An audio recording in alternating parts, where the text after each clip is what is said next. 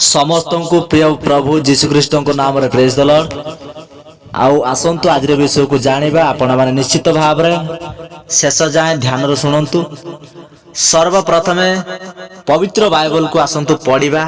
लेखा जाए वाक्य कौन जहन 14 तार 6 और 7 पदर लेखा जाए, यीशु ताहांकु कहिले मु पथ सत्य और जीवन म देई न गले केही पितांको निकट को जाए नाही।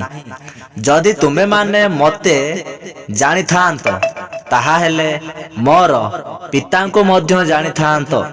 एबे हे ताहांकु जानुअछ और ताहांकु देखुअछ।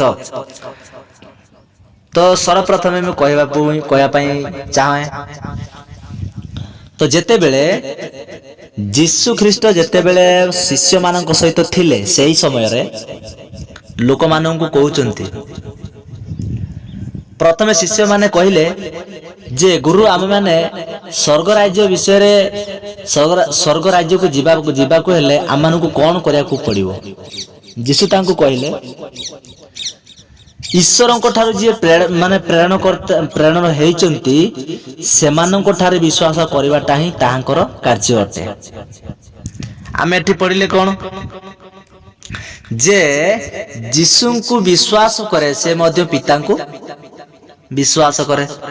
जीशु सेठु कहले मु पथ एवं सत्य और जीवन जे मदे न गले के ईश्वरंक राज्य प्रवेश करि परिबनी बा देखि परिबो नाही। आज लोक माने अनेक केते केते केते कोन करूचंती ठीक नाही। तो सेति पाई आम मानकु जीशु ख्रीष्ट जणाउचंती पवित्र शास्त्र बाइबल माध्यम रे तांको विषय रे। तो लोक मानकर आज अज्ञानता हेतु आमने अनेक भ्रांत होइछु। आज जगत रे केते कोन लोक माने केते कोन भंड ख्रीष्ट माने उठिलेनी। तो सेही भली ताहांकटार आहुरी महान महान आश्चर्य क्रियाकर्म करिवे लोक सेही भली भंड ख्रीष्ट माने उत्पन्न हेबे। जेते बेले जीशु ख्रीष्टंकर द्वितीय आगमन आसिक पहुंचबो जेते बेले सेही समय रे आउ कोनोसी लोक तांको सेही समय रे आउ किछि मागिबार किछि नथिबो। आउ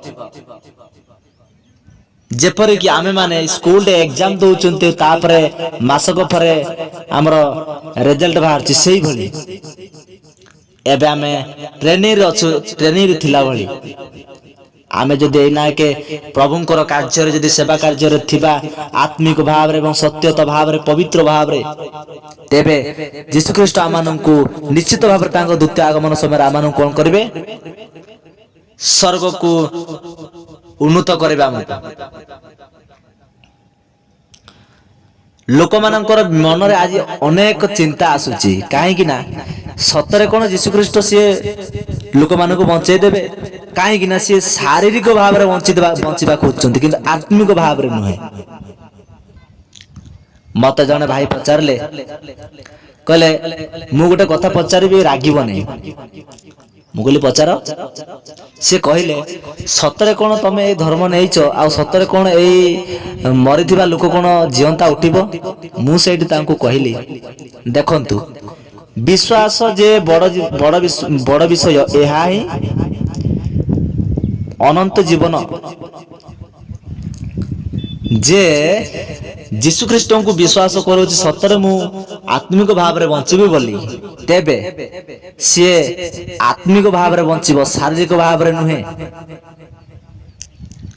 शारीरिक भाव रे बंचले कौनसी लाभ नाही। लाभ काहे कि नाही जगत रे आज प्रभु जीशु ख्रीष्ट को विश्वास करथुवा लोक माने शैतान एमिति करी तांको भ्रांत करबो जे कि ताहांक ठारा ईश्वरंकर कार्य किछि नथिबो काहे कि ना दुर्बल हेतु जीशु ख्रीष्टन को विषय रे जानिबा कोले सब बेले प्रार्थना बाइबल पढ़िबा और ताहांको अन्वेषण करिबा एहा ही तांकर मुख्य अस्त्र एवं शस्त्र।